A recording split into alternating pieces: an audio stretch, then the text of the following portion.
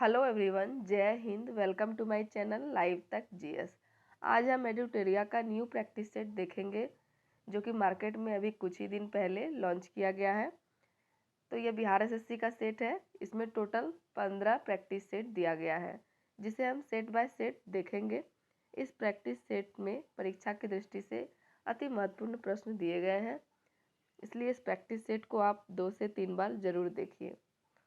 और जैसा कि आप लोग को पता होगा कि बिहार एसएससी की फॉर्म भरने की तिथि को बढ़ा दिया गया है, तो जिस भी छात्राओं ने फॉर्म अभी तक नहीं भरे हैं उनके लिए एक अच्छा मौका है।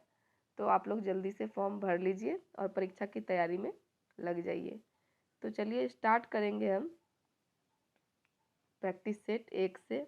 इसमें आप देख सकते हैं 15 प्रैक्टिस सेट है और अभी हम स्टार्ट करेंगे ये पहला प्रैक्टिस सेट से।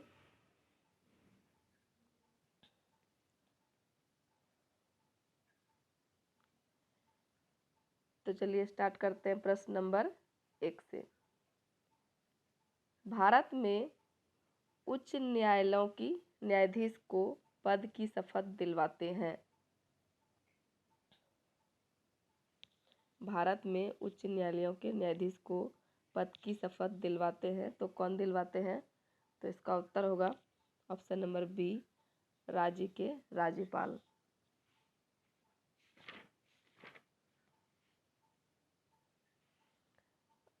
आगे है, राष्ट्रपति और उपराष्ट्रपति के चुनावों से संबंधित चुनावी विवादों का निपटारा करता है। राष्ट्रपति और उपराष्ट्रपति के चुनाव से संबंधित चुनावी विवादों का निपटारा करता है। तो इसका उत्तर होगा ऑप्शन नंबर सी, भारत का सर्वोच्च न्यायालय। तो यह अनुच्छेद 71 के तहत भारत के सर्वोच्च न्यायालय ने उपराष्ट्रपति और राष्ट्रपति के चुनाव के संबंध में विवादों का निपटारा करता है। कितना अनुच्छेद? अनुच्छेद 71। आगे देखेंगे, भारत के संविधान में कल्याणकारी राज्य का आदर्श निहित है। तो इसका उत्तर है ऑप्शन नंबर डी, राज्य के नीति निदेशक तत्व में। तो राज्य के नीति निदेशक तत्व जो है यह भारतीय संविधान के भाग 4 में अनुच्छेद 36 से 51 में है। कितना? भाग 4 में अनुच्छेद 36 से 51 में है राज्य के नीति निदेशक तत्व।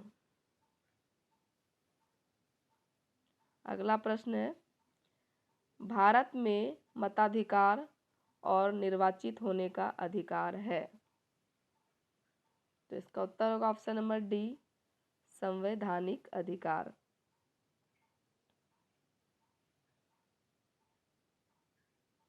निम्न में से कौन सिविल सेवा बोर्ड के पदेन अध्यक्ष होते हैं?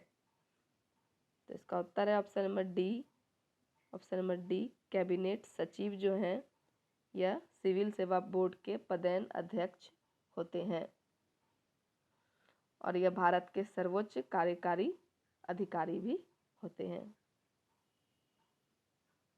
अगला प्रश्न है, लोकसभा के अध्यक्ष को पद से हटाया जा सकता है। तो इसमें 4 ऑप्शन है, इसमें से देखिए किन के द्वारा हटाया जा सकता है। तो इसका सही उत्तर होगा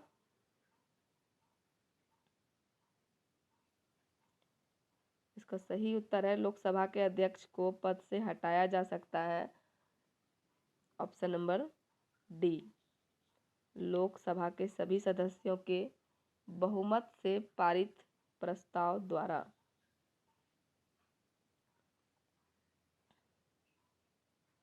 आगे देखेंगे,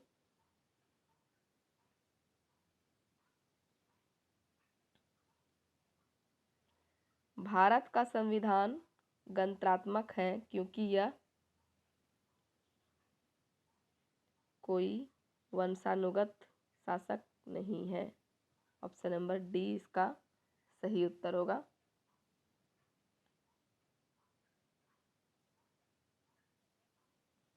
गांधी को चंपारण आने का आमंत्रण किसने दिया था?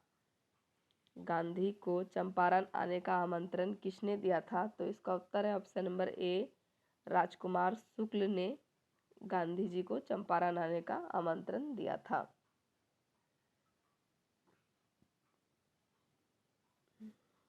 1913 ईस्वी में पटना में अनुशीलन समिति की एक शाखा की स्थापना किसने की थी? तो इसका उत्तर है ऑप्शन नंबर सी, सचिंद्र नाथ सन्याल ने की थी।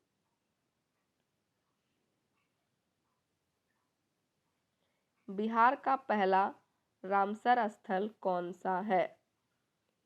ये बिहार का पूछ रहा है, पहला रामसर स्थल कौन सा है? तो इसका उत्तर है ऑप्शन नंबर सी, कांवड़ झील।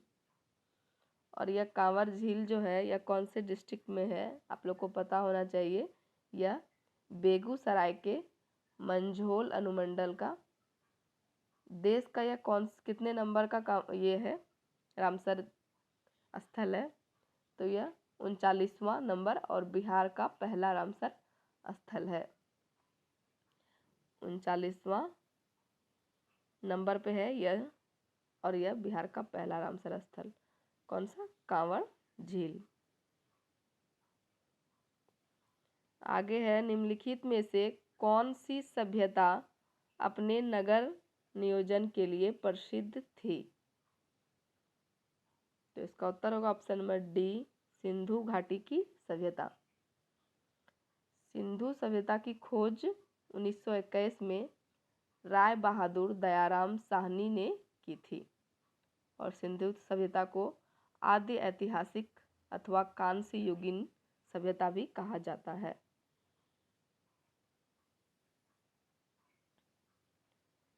प्राचीन भारत के प्रसिद्ध शासक जिसने अपने जीवन के अंतिम दिनों में जैन धर्म अपना लिया था? तो इसका उत्तर है option number C, Chandragupta Maurya ने अपने अंतिम दिनों में जैन धर्म अपना लिया था। उसने जैन साधु भद्रबाहु से जैन धर्म की दीक्षा लेकर सरवन बेलगोला में 298 ईस्वी पूर्व में उपवास द्वारा अपना शरीर त्याग दिया था। निम्नलिखित में से कौन सी कला ग्रीक बौद्ध कला के नाम से भी जाना जाता है? तो इसका उत्तर है ऑप्शन नंबर सी, गंधार कला। सर्वप्रथम दिल्ली के अमीरों का दमन निम्न में से किस शासक द्वारा किया गया था? तो इसका उत्तर है ऑप्शन नंबर बी, इल्तुतमिश द्वारा किया गया था।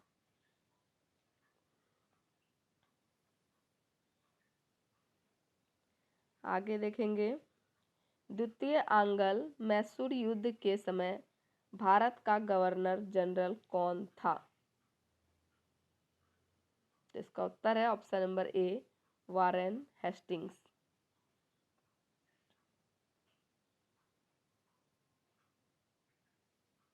किसने कहा था कांग्रेस केवल सूक्ष्मदर्शी अल्पसंख्यक का प्रतिनिधित्व करती है? तो इसका उत्तर होगा option number D, Lord Dufferin.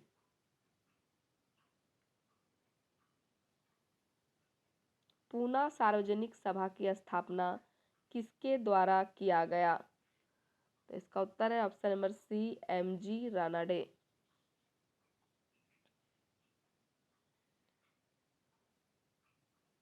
Vijayanagar साम्राज्य की वित्तीय व्यवस्था की मुख्य विशेषता क्या थी? तो इसका उत्तर है ऑप्शन नंबर सी, भू राजस्व।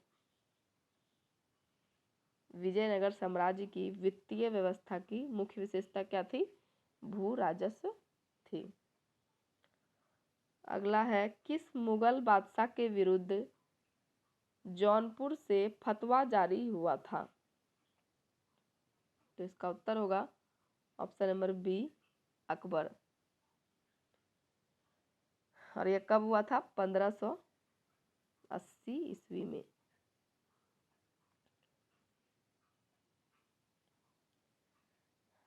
आगे है, नीचे दिए गए घटनाएं तथा उसके तिथि का सही मिलान करें।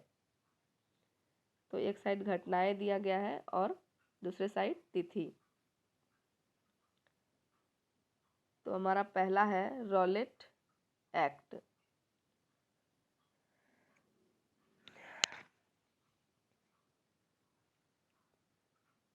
एक मिनट।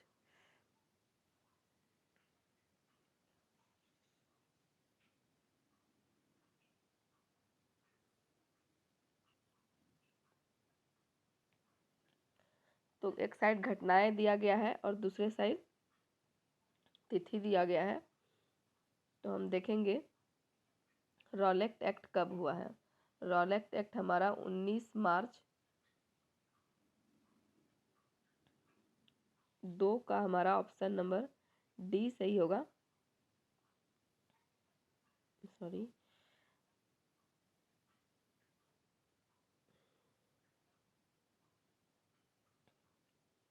डी में है।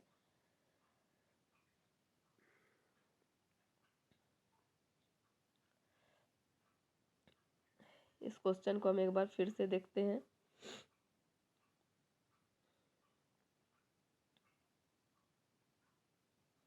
नीचे दिए गए घटनाएं तथा उसके तिथि का सही मिलान करें। तो ये एक साइड घटनाएं दिया गया है और दूसरे साइड तिथि है। तो ये हमारा सबसे पहला है रॉलेट एक्ट। तो ये हुआ है हमारा 19 मार्च 1919 ईस्वी में। और दूसरा है रॉलेट सत्याग्रह। तो यह हुआ है 6 अप्रैल 1919 ईस्वी में। तो ऐसे करके इसका उत्तर होगा। और भारतीय राष्ट्रीय कांग्रेस का अमृतसर अधिवेशन यह कब हुआ है। तो इसका उत्तर होगा ये चौथा नंबर 2 दिसंबर 1919 ईस्वी में। और जालियांवाला बाग हत्याकांड जो हुआ था यह तो आप लोगों को पता होगा, यह 13 अप्रैल 1919 ईस्वी में हुआ है। तो इस हिसाब से हमारा ऑप्शन नंबर डी जो है इसका सही उत्तर होगा। कौन सा? Option number D. एक का एक और बी का 2, सी का 4 और डी का 3। अगला प्रश्न है, भारत का अपने पड़ोसी देशों के मध्य अंतर्राष्ट्रीय सीमा के विस्तार का आरोही क्रम क्या है। भारत का अपने पड़ोसी देशों के मध्य अंतर्राष्ट्रीय सीमा के विस्तार का आरोही क्रम क्या है। तो इसमें देखिए 4 देश दिया गया है, इसमें आरोही क्रम में बताइए। तो इसका उत्तर हो जाएगा ऑप्शन नंबर बी। पहले नेपाल, पाकिस्तान, चीन, फिर बांग्लादेश। अगला प्रश्न होगा, निम्नलिखित में से कौन सा जिला धारवाड़ भूस्तरीय रचना वाला नहीं है। तो इसका उत्तर है ऑप्शन नंबर बी, रोहतास।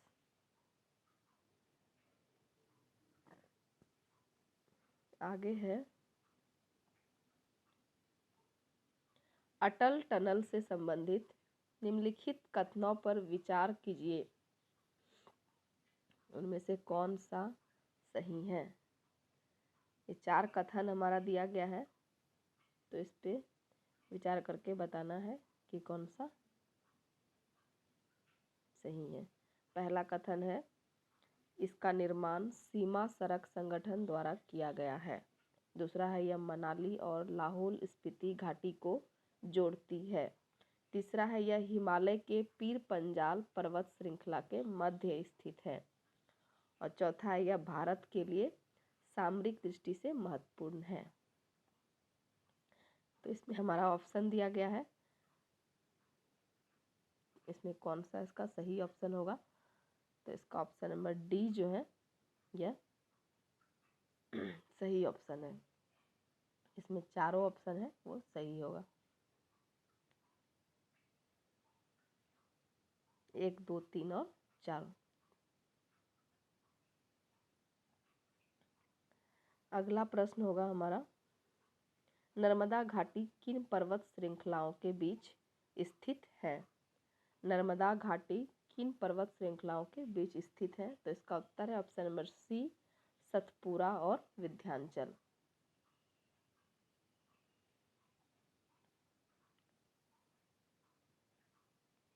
सूची 1 को सूची 2 से सुमेलित कीजिए तथा नीचे दिए गए कूट से सही उत्तर चुनिए। तो हमारा सूची 1 और सूची 2 है। एक साइड है लौह अयस्क क्षेत्र और दूसरा राज्य। तो इसमें बादाम पहाड़ जो है इसका उत्तर होगा उड़ीसा। ये कौन से राज्य में ये लौह अयस्क बादाम पहाड़? उड़ीसा में। और डल्ली राजहरा इसका उत्तर होगा छत्तीसगढ़। कुद्रेमुख जो है इसका उत्तर होगा कर्नाटक। और नोवा मुंडी का उत्तर होगा झारखंड। तो इस हिसाब से हमारा कौन सा ऑप्शन सही हो जाएगा? ऑप्शन नंबर सी। ए का 2, बी का 3 और सी का 4 और डी का 1। आगे है अफ्रीका का सर्वोच्च पर्वत शिखर माउंट किलिमंजारो अवस्थित है। ये अफ्रीका का सर्वोच्च पर्वत शिखर जो है माउंट किलिमंजारो यह कहाँ अवस्थित है? तो इसका सही उत्तर होगा ऑप्शन नंबर सी, तंजानिया में।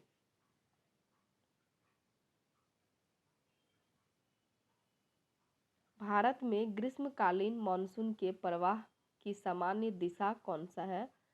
तो इसका उत्तर है ऑप्शन नंबर डी, दक्षिण पश्चिम से उत्तर पूर्व।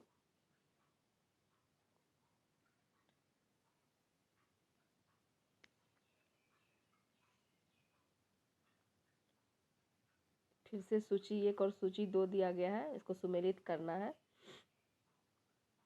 तो एक साइड देश दिया गया है और दूसरी साइड राजधानी है।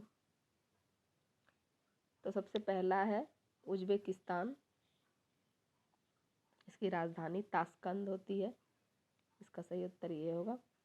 और ताजिकिस्तान की राजधानी दुशानबे होगा।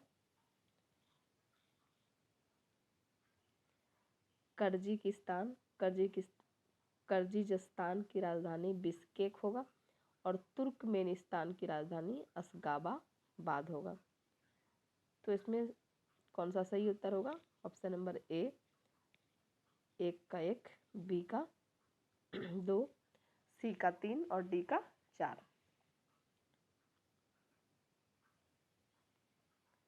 आगे है निम्नलिखित में से कौन मुद्रा के अवमूल्यन का सबसे संभावित प्रभाव होगा? मुद्रा का अवमूल्यन का सबसे संभावित प्रभाव कौन सा होगा? तो इसका उत्तर है ऑप्शन नंबर बी, निर्यात में वृद्धि।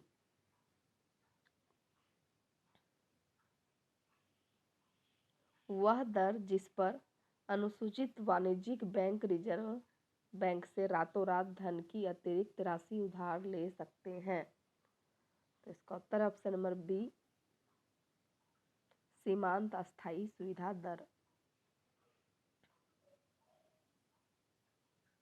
निम्नलिखित में से कौन सा कार्य आरबीआई से संबंधित नहीं है? कौन सा कार्य आरबीआई से संबंधित नहीं है? इसका उत्तर होगा ऑप्शन नंबर बी, केवल 3। मतलब तीसरा में कौन सा है? जनता को पैसा उधार देना, यह आरबीआई से संबंधित नहीं है। बाकी ऋण नियंत्रण, मुद्रित नोट जारी करना, अंतिम उपाय के रूप में वाणिज्यिक बैंकों को धन उधार देना, यह तीनों आरबीआई से संबंधित हैं।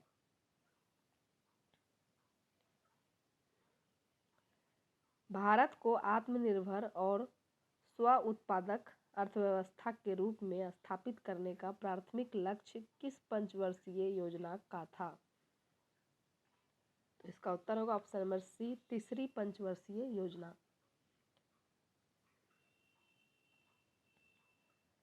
राष्ट्रीय आय लेखांकन का जन्मदाता किसे कहा जाता है? राष्ट्रीय आय लेखांकन का जन्मदाता किसे कहा जाता है? तो इसका उत्तर होगा option number D, Simon Kuznets.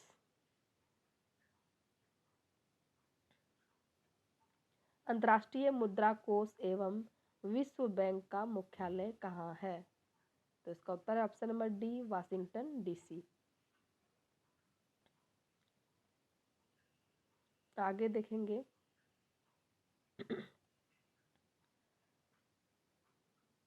Bharat में कृषि उत्पादों से संबंधित बाजार का विनियमन कौन करता है? तो इसका उत्तर होगा ऑप्शन नंबर सी, कृषि उत्पाद बाजार समिति अधिनियम।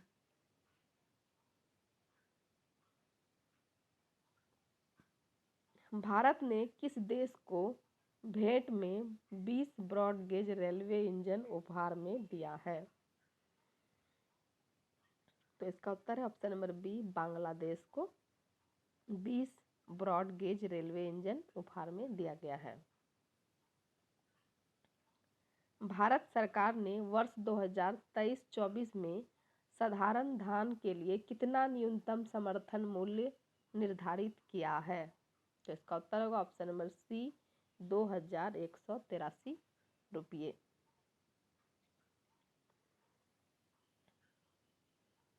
किस मंत्रालय द्वारा पोषण भी पढ़ाई भी कार्यक्रम की शुरुआत की गई है? पोषण भी और पढ़ाई भी कार्यक्रम शुरुआत किया गया है कौन से मंत्रालय द्वारा? तो इसका उत्तर है ऑप्शन नंबर बी, केंद्रीय महिला एवं बाल विकास मंत्रालय।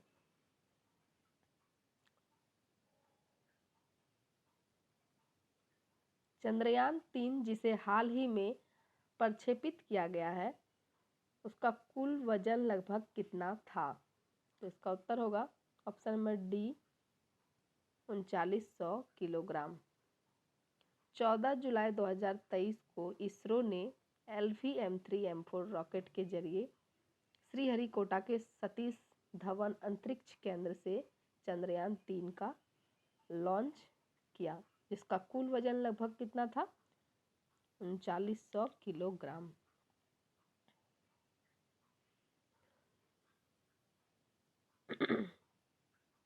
विश्व पर्यावरण दिवस 2023 का थीम क्या है? विश्व पर्यावरण दिवस 2023 का थीम क्या है? तो इसका उत्तर होगा ऑप्शन नंबर बी, प्लास्टिक प्रदूषण के समाधान। ये पर्यावरण दिवस कब मनाते हैं? 5 जून को पर्यावरण दिवस मनाते हैं।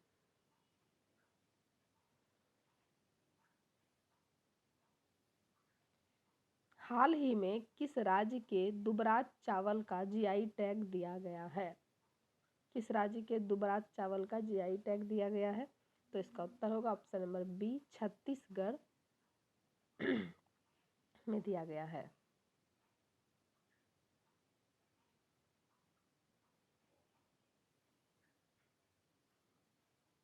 निम्नलिखित राज्य एवं उनके राज्यपाल का कौन सा सही सुमेलन नहीं है?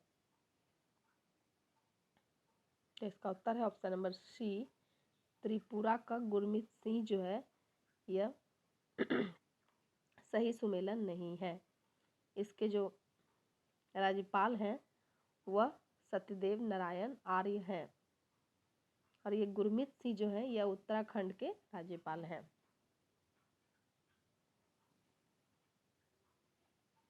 आईसीसी क्रिकेट वर्ल्ड कप 2023 में कुल कितने टीमें भाग ले रही हैं? तो इसका उत्तर है ऑप्शन नंबर बी, 10 टीमें भाग ले रही हैं।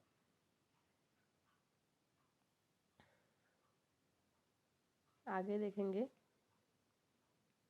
हाल ही में बिहार का नया महाधिवक्ता किसे नियुक्त किया गया है? तो इसका उत्तर होगा ऑप्शन नंबर ए, पीके शाही को हाल ही में नया महाधिवक्ता नियुक्त किया गया है।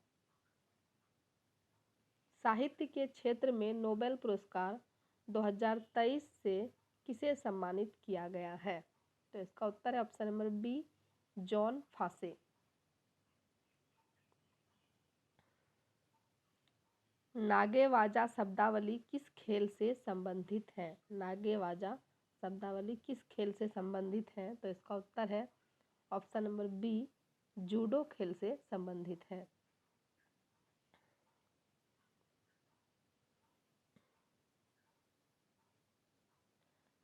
प्रोलॉग किस पीढ़ी की कंप्यूटर भाषा है? यह प्रोलॉग जो है यह किस पीढ़ी की कंप्यूटर भाषा है? तो इसका उत्तर ऑप्शन नंबर डी, पंचम। और अंतर्राष्ट्रीय कृषि विकास कोष का मुख्यालय कहाँ स्थित है? तो इसका उत्तर होगा ऑप्शन नंबर ए, रोम में स्थित है। नकटा लोक नृत्य का संबंध किस राज्य से है? नकटा लोक नृत्य का संबंध जो है यह किस राज्य से है? तो इसका उत्तर होगा ऑप्शन नंबर बी, महाराष्ट्र से इसका संबंध है नकटा लोक नृत्य का। और ये झारखंड जो है यहाँ पे छऊ नृत्य होता है।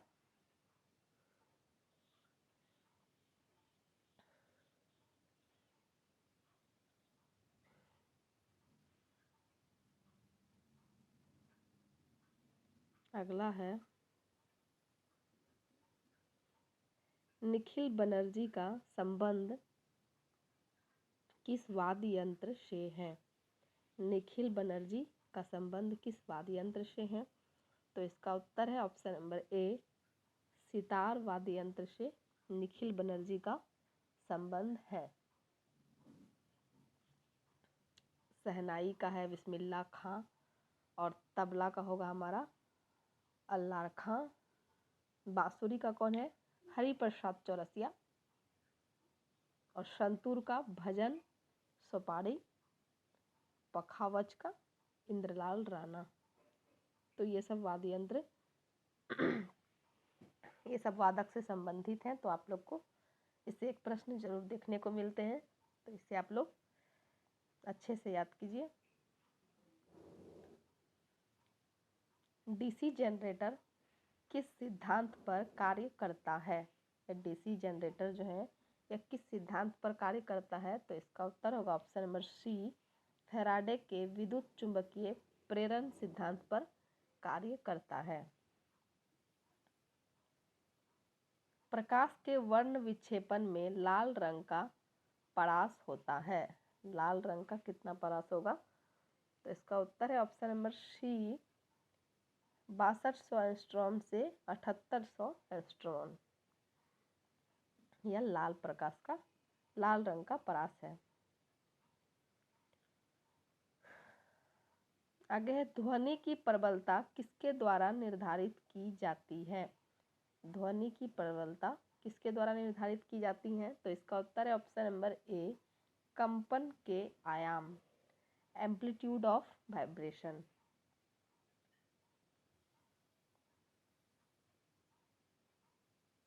जल के विद्युत अपघटन के समय बैटरी के ऋणात्मक टर्मिनल से जुड़े इलेक्ट्रोड पर निम्न में से कौन सी गैस बनती है?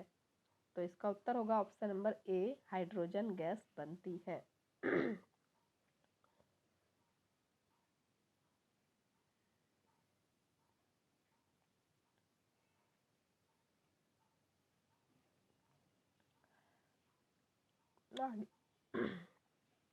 आगे देखेंगे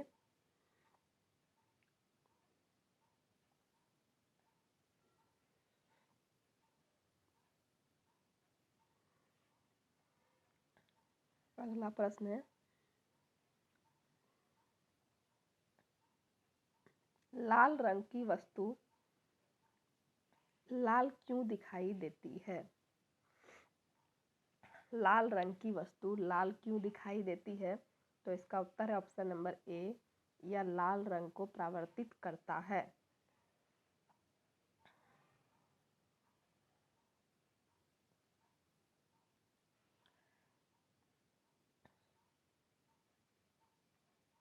कार्य का मान किन किन स्थितियों में शून्य हो सकता है? कार्य का मान किन किन स्थितियों में शून्य हो सकता है?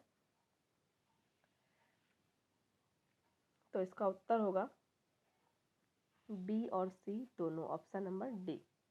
जब विस्थापन शून्य हो और जब बल एवं विस्थापन की दिशाएं परस्पर लंबवत हों, तब कार्य का मान शून्य हो सकता है। तो इसका सही उत्तर होगा ऑप्शन नंबर डी। प्रतिरोध के दो तार R1 तथा R2 समांतर क्रम में जुड़े हुए हैं। संयोजन का तुल्य प्रतिरोध है।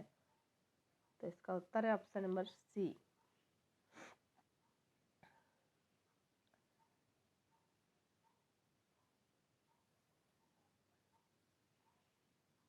निम्नलिखित में से किस विद्युत चुंबकीय विकिरण में सबसे लंबे तरंग दैर्घ्य होते हैं? किस विद्युत चुंबकीय विकिरण में सबसे लंबे तरंग दैर्घ्य होते हैं? तो इसका उत्तर है ऑप्शन नंबर ए, रेडियो तरंगें। निम्नलिखित में से कौन एक मिश्रण का उदाहरण है? इसमें कौन एक मिश्रण का उदाहरण होगा? तो इसका उत्तर होगा ऑप्शन नंबर ए, इस्पात जो है यह एक मिश्रण का उदाहरण है।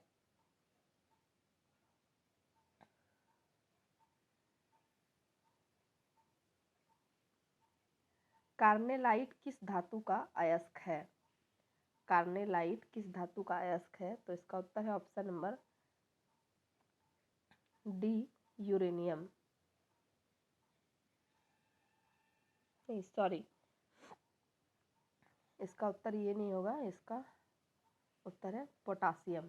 कार्नेलाइट जो है यह पोटासियम धातु का अयस्क है। तो सही उत्तर है ऑप्शन नंबर ए, यूरेनियम गलत है।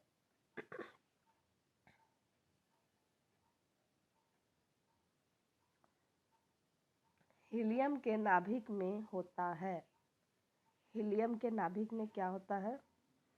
तो इसका उत्तर है ऑप्शन नंबर डी, 2 प्रोटॉन एवं 2 न्यूट्रॉन होता है। हीलियम के नाभिक में 2 प्रोटॉन एवं 2 न्यूट्रॉन होता है।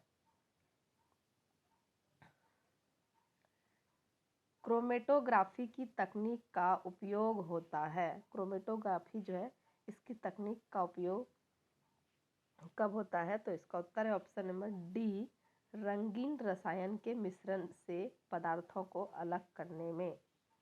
रंगीन रसायन के मिश्रण से पदार्थों को अलग करने में क्रोमेटोग्राफी की तकनीक का उपयोग होता है।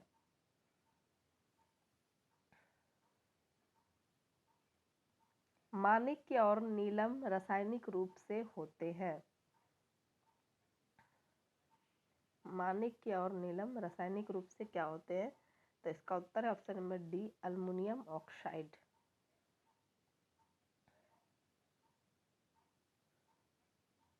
जर्मन सिल्वर में चांदी का प्रतिशत कितना होता है?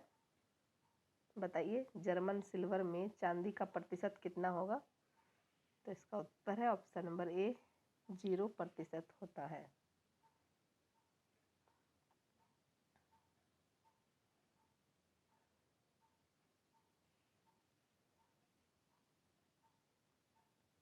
निम्न में से किस पदार्थ की विशिष्ट ऊष्मा सर्वाधिक है? किस पदार्थ की विशिष्ट ऊष्मा सर्वाधिक है? तो इसका उत्तर है ऑप्शन नंबर सी, अल्कोहल।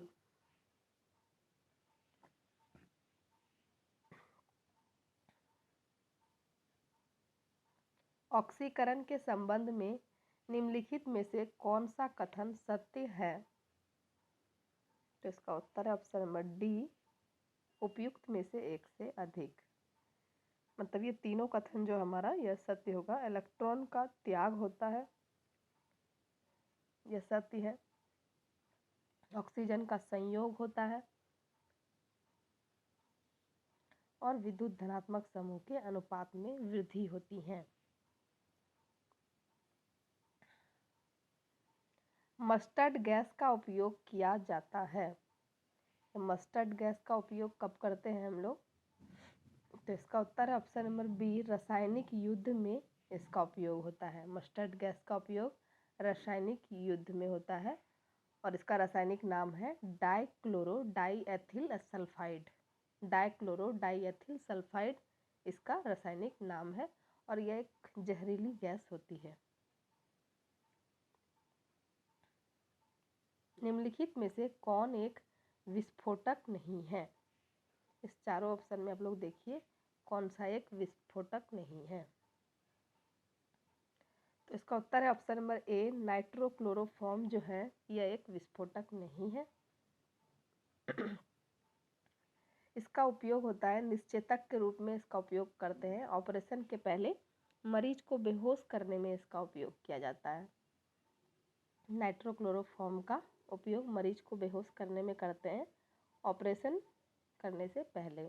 और बाकी ये तीनों जो है tri nitroglycerin, tri nitrotoluene, potassium chlorate, यह तीनों एक विस्फोटक है। पृथ्वी पर सबसे पुराना जीव कौन सा है? पृथ्वी पर सबसे पुराना जीव कौन सा है? तो इसका उत्तर है ऑप्शन नंबर ए, नील हरित शैवाल जो है यह सबसे पुराना जीव है और इसको हम लोग साइनोबैक्टीरिया भी कहते हैं। गर्म रुधिर वाले जंतु वे होते हैं जो अपने शरीर के तापक्रम को हमेशा एक सा बनाए रखते हैं। तो इसका सही उत्तर होगा ऑप्शन नंबर डी।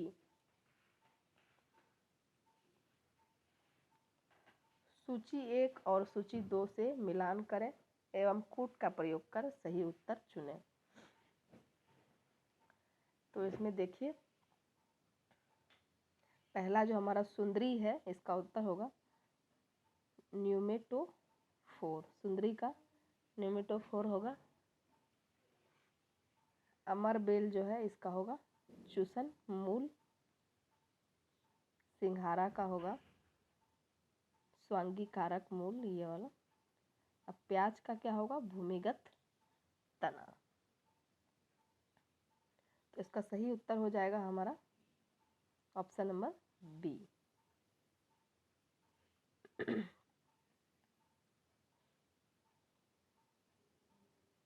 शल्य क्रिया में ऑर्थोप्लास्टी क्या है? शल्य क्रिया में ये ऑर्थोप्लास्टी वर्ड जो है यह क्या है? तो इसका उत्तर है ऑप्शन नंबर सी, कूल्हे के जोड़ का प्रतिस्थापन।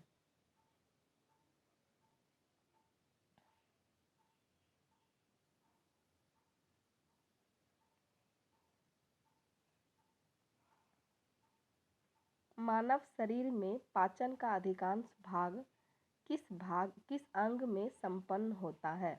मानव शरीर में पाचन का अधिकांश भाग किस अंग में संपन्न होगा? तो अधिकांश भाग हमारा छोटी आंत में संपन्न होता है। तो इसका सही उत्तर है हमारा ऑप्शन नंबर सी।